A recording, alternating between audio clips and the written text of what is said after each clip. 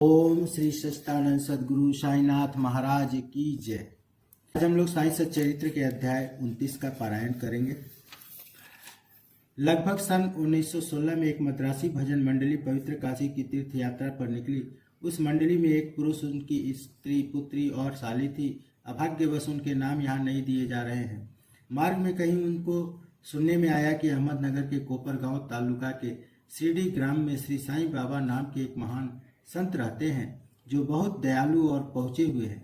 वे उदार हृदय और अहेतुक कृपा सिंधु हैं। वे प्रतिदिन अपने भक्तों को रुपया बांटा करते हैं। यदि कोई कलाकार वहां जाकर अपनी कला का प्रदर्शन करता है तो उसे भी पुरस्कार मिलता है। प्रतिदिन दक्षिणा में बाबा के पास बहुत रुपए इकट्ठे हो जाया करते थे। इन रुपयों में से वे नित्य 1 रुपया भक्त कोंडा की 3 वर्षीय कन्या अमनी को, किसी को 2 रुपये से 5 रुपये तक, 6 रुपये अमनी की माँ जमली को और 10 से 20 रुपये तक और कभी कभी 50 रुपये भी अपनी इच्छानुसार अन्य भक्तों को दिया करते थे। यह सुनकर मंडली शिरडी आकर रुकी। मंडली बहुत सुंदर भजन और गायन किया करती थी, परंतु उनका भीतरी ध्येय तो द्रव्योपार्जन ही था।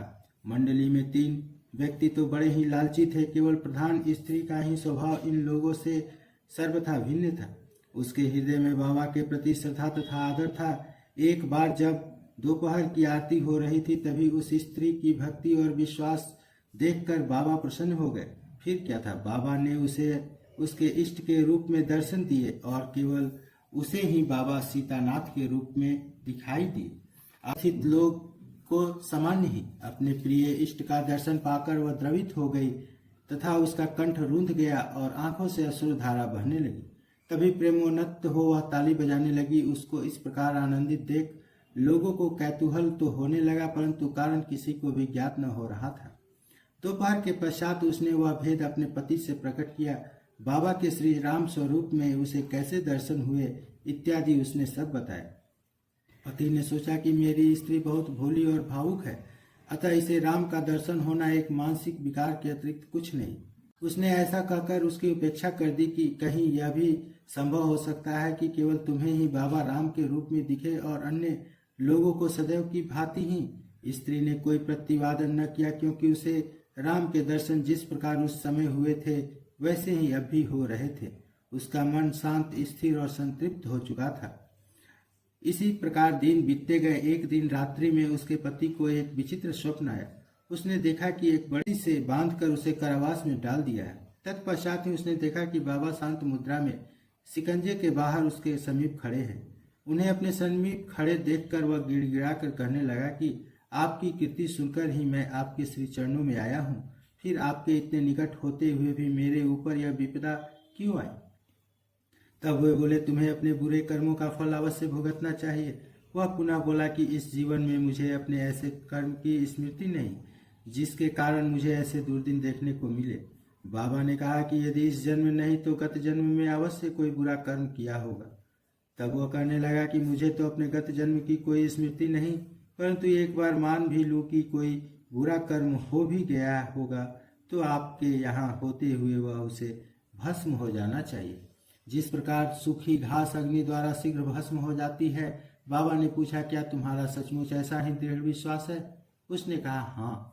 बाबा ने उसे अपनी आंखें बंद करने को कहा और जब उसने आंखें बंद की, उसे किसी भारी वस्तु के गिरने की आहट सुनाई दी। आंखें खोलने पर उसने अपने को कारावास से मुक्त पाया। पुलिस वाला नीचे गिरा पड़ा है तथा उसके शरीर से रक्त प्रवाहित हो रहा है। यह देखकर वह अत्यंत भयभीत दृष्टि से बाबा की ओर देखने लगा। तब बाबा बोले कि बच्चू, अब तुम्हारी अच्छी तरह खबर ली जाएगी। पुलिस अधिकारी अभी आएंगे और तुम्हें गिरफ्तार कर लेंगे। तब वो गिड़गिड़ा कर कहने लगा कि इसके अतिरिक्त मेरी रक्षा और कौन कर सकता है? मुझे तो एकमात्र आपका ही सहारा है। भगवान, मुझे किसी प्रकार बचा लीजिए। तब बाबा ने फिर उसे आंखें बंद करने को कहा। आंखें खोलने पर उसने देखा कि वह पूर्णतः मुक्त होकर शिकंजों के बाहर खड़ा है और बाबा भी उसके समीप ही खड़े हैं। तब बाबा के सिर चरणों पर गिर पड़ा। बाबा ने पूछा कि मुझे बताओ तो तुम्हारे इस नमस्कार और पिछले नमस्कार में किस प्रकार की भिन्नता है या नहीं? इसका उत्तर अच्छी तरह सोच कर दो। वह बोला कि आकाश और पाताल में जो अंतर है वही अंतर मेरे पहले और इस नमस्कार में है।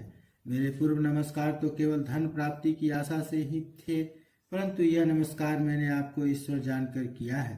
पहले मेरी धारणा ऐसी थी कि यवन होने के कारण आप हिंदुओं का धर्म भ्रष्ट कर रहे हैं। बाबा ने पूछा, क्या तुम्हारा यवन पीरों में विश्वास नहीं? प्रत्युत्तर में उसने कहा, जी नहीं।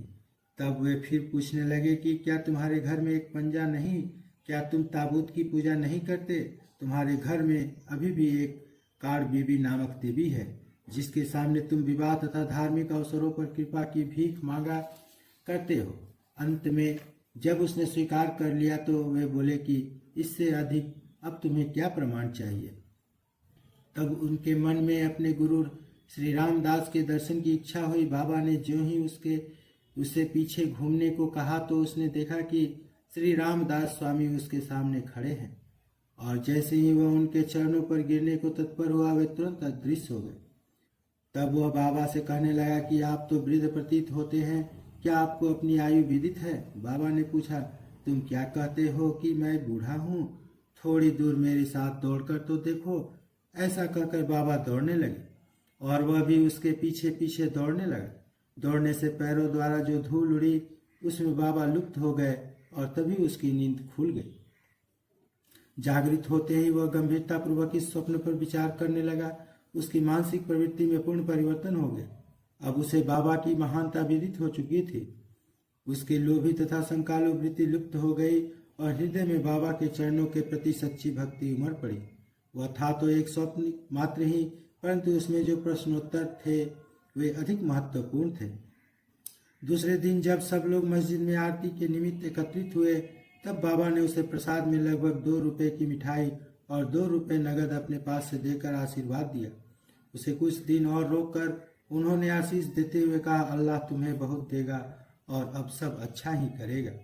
बाबा से उसे अधिक द्रव्य की प्राप्ति तो नहीं हुई, परंतु उनकी कृपा उसे अवश्य प्राप्त हो गई, जिससे उसका बहुत ही कल्याण हुआ। मार्ग में उनको यथेष्ट द्रव्य प्राप्त हुए और उनकी यात्रा बहुत ही सफल रही। उन्हें यात्रा में कोई कष्ट या असुविधा न हुई और वे अपने घर सकुशल पहुंच गए। उन्हें बाबा के श्री वैष्णव का तथा आशीर्वाद और उनकी कृपा से प्राप्त उस आनंद की सदैव स्मृति बनी रही। इस कथा से विदित होता है कि बाबा किस प्रकार अपने भक्तों के समीप आकर उन्हें श्रेष्ठकर मार्ग पर ले जाते हैं और आज भी ले जाते हैं। दूसरी कथा, तेंदुलकर कुटुंब। बंबई के पास बांद्रा में एक तेंदुलकर कुटुंब रहता था जो बाबा के परम भक्त था। श्रीयुक्त रघुनाथ राव तेंदुलकर ने मराठी भाषा में श्री साईनाथ भजन माला जिनका नाम का एक पुस्तक लिखी है, जिसमें लगभग 800 अभंग और पदों का समावेश तथा बाबा की लीलाओं का मधुर वर्णन है। यह बाबा के भक्तों के पढ़ने योग्य पुस्तक है। उनका ज्येष्ठ पुत्र बापू डॉक्टरी परीक्षा में बैठने के लिए अनवरत अभ्यास कर रहा था। उसने कई ज्योतिषियों को अपनी कुंडली दिखाई, परंतु सभी ने बतलाया कि इस वर्ष उसके पाप ग्रह उत्तम नहीं है, किंतु अगले वर्ष परीक्षा में बैठने से उसे अवश्य सफलता प्राप्त होगी। इससे उसे बड़ी निराशा हुई और अशांत हो गया। थोड़े दिनों के साथ उसने अपने पुत्र की निराशा तथा अशांति की बात भी बाबा से कही। उनके पुत्र को कुछ दिनों के पश्चात ही परीक्षा में बैठना था। बाबा कहने लगे कि अपने पुत्र से कहो कि मुझ पर विश्वास रखे। सब भविष्य कथन तथा ज्योतिषियों द्वारा बनाई कुंडलियों को एक कोने में फेंक दे और अपना अभ्यास क्रम चालू रख शांत चित्त से परीक्षा में बैठे। वह अवश्य ही इस वर्ष उत्तीर्ण हो जाएगा। उससे कहना कि निराश होने की कोई बात नहीं। माँ ने घर आकर बाबा का संदेश पुत्र को सुना दिया। उसने घोर परिश्रम किया और परीक्षाओं में बैठ गया। सब पर्चों के जवाब बहुत अच्छे लिखे थे, परंतु फिर भी संशयग्रस्त होकर उसने सोचा कि संभव है कि उत्तीर्ण होने योग्य अंक मुझे प्राप्त न हो सके। इसलिए उसने मौखिक परीक्षा में बैठने का विचार त्याग दिया। परीक्षक तो उसके पीछे ही लगा था। उसने एक विद्यार्थी द्वारा से लिखित परीक्षा में उत्तीर्ण होने लायक अंक प्राप्त हैं, अतः उसे मौखिक परीक्षा में अवश्य ही बैठना चाहिए। इस प्रकार प्रोत्साहन पाकर वह उसमें भी बैठ गया तथा दोनों परीक्षाओं में उत्तीर्ण हो गया। उस वर्ष उसकी ग्रह दशा विपरीत होते हुए भी बाबा की कृपा से उसे सफलता पाई। यह केवल इतना ही बात ध्यान देने योग्य है कि कष्ट और संशय की उत्पत्ति अंत में दृढ़ विश्वास में परिणित हो जाती है। जैसी भी हो परीक्षा तो होती ही है, परंतु यदि हम बाबा पर दृढ़ विश्वास और श्रद्धा रखकर प्रयत्न करते रहे तो हमें सफलता अवश्य ही मिलेगी। इसी बालक के पिता रघुनाथ राव बंबई के एक विदेशी व्यवसाय फर्म में नौकरी करते थे। वे बहुत वृद्ध हो चुके थे और अपना कार्य सुचारू रूप से नहीं कर सकते थे, इसलिए वे अब छुट्टी लेकर विश्राम करना चाहते थे। छुट्टी लेने पर भी उनके शारीरिक स्वास्थ्य में कोई विशेष परिवर्तन न हुआ। अब यह आवश्यक था कि सेवानिवृत्ति की पूर्वकालिक छुट्टी ली जाए।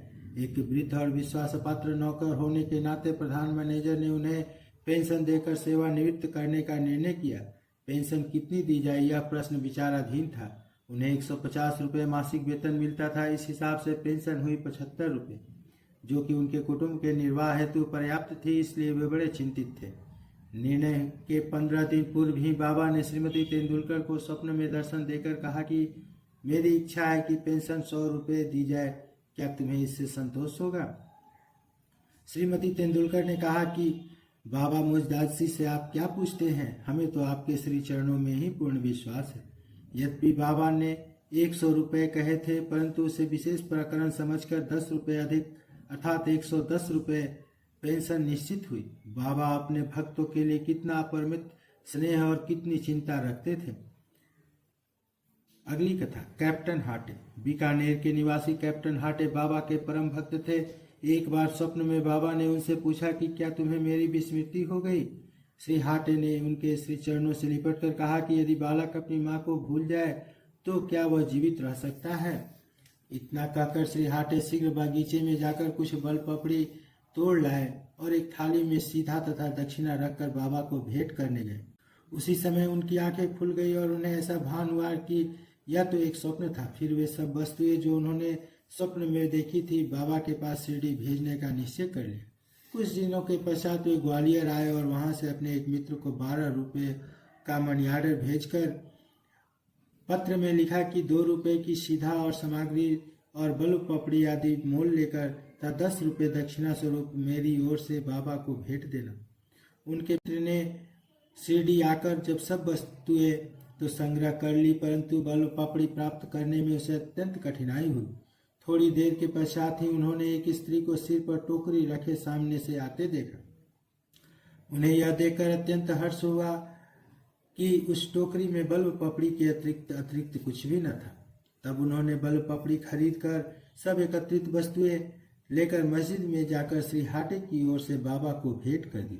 दूसरे दिन श्री निमोणकर ने उसका नैवेद्य तैयार कर बाबा को भोजन कराया। सब लोगों को बड़ा विस्मय हुआ कि बाबा ने भोजन में केवल बल्ब पपड़ी ही खाई और अन्य वस्तुओं को स्पर्श तक न किया। उनके मित्र द्वारा जब यह समाचार पता कैप्टन हाटे को चला तो वे गदगद हो उठे और उनके हर्ष का परवार न रहा। एक अन्य अवसर पर कैप्टन हाटे ने विचार किया कि बाबा के पवित्र कमलों द्वारा स्पर्शित 1 रुपये लाकर अपने घर में अवश्य ही रखना चाहिए। अचानक ही उनकी भेंट अपने एक मित्र से हो गई जो शिरडी जा रहे थे। उनके हाथ श्री हाटे ने 1 रुपये भेज दिया। शिरडी पहुंचने पर बाबा को यथा योग्य प्रणाम करने के पश्चात उसने दक्षिणा भेंट की, जिसे उन्होंने तुरंत ही अपनी जेब में रख लिया। उसने कैप्टन हाटे का रुपया भी अर्पण किया, जिसे वे हाथ में लेकर गौर से निहारने लगे। उन्होंने उसका अंकित चित्र ऊपर की ओर कर अंगूठे पर रखकर खनखनाया और अपने हाथ में लेकर देखने लगे। फिर वे उनके मित्र से कहने लगे कि उदी सहित यह रुपया अपने मित्र को लौटा देना, मुझे उनसे कुछ नहीं चाहिए। उनसे कहना कि वे आनंद पूर्वक रहे। मित्र को ग्वालियर आकर वह रुपया हाटे को देकर वहां जो कुछ हुआ वह सब उन्हें सुनाया, जिसे सुनकर उन्हें बड़ी प्रसन्नता हुई और उन्होंने अनुभव किया कि बाबा सदैव उत्तम विचारों को प्रोत्साहित करते हैं। उनकी मनोकामना बाबा ने पूर्ण कर दी। पाठकगण, अब एक भिन्न कथा का श्रवण करें। एक महाशय जिनका नाम वामन नार्वेकर था, उनकी साईं चरणों में प्रांगण प्रीति थी। एक बार वे ऐसी मुद्रा लाए जिसे एक ओर राम लक्ष्मण और सीता तथा दूसरी ओर करबद्ध मुद्रा में मारुति का चित्र अंकित था। उन्होंने यह मुद्रा बाबा को इस अभिप्राय से भेंट की कि वे इसे अपने कर स्पर्श से पवित्र कर उदी सहित लौटा दे, परंतु उन्होंने उसे तुरंत अपनी जेब में रख लिया। सामान्य वामन राव की इच्छा बताकर उनसे मुद्रा वापस करने का अनुरोध किया। तब वे वामन राव के सामने ही कहने लगे कि यह भला इनको क्यों लौटाई जाए, इसे तो हमें अपने पास ही रखना चाहिए। यदि वे इसके बदले में 25 रुपये देना स्वीकार करे तो मैं इसे लौटा दूंगा। वह मुद्रा वापस पाने के हेतु श्री वामन राव ने 25 रुपये एकत्रित कर उन्हें भेंट किए। तब बाबा कहने लगे कि इस मुद्रा का मूल्य तो 25 रुपये से कहीं अधिक है। सामा, तुम इसे अपने भंडार में जमा करके अपने देवालय में प्रतिष्ठित कर इसका नित्य पूजन करो। किसी का साहस न था कि वे यह पूछ ले कि उन्होंने ऐसी नीति क्यों अपनाई। यह तो केवल बाबा ही जाने कि किसके लिए कब और क्या उपयुक्त है। अध्याय समाप्त। श्री सद्गुरु साईनाथ प्रणमस्तु। शुभ भवतु।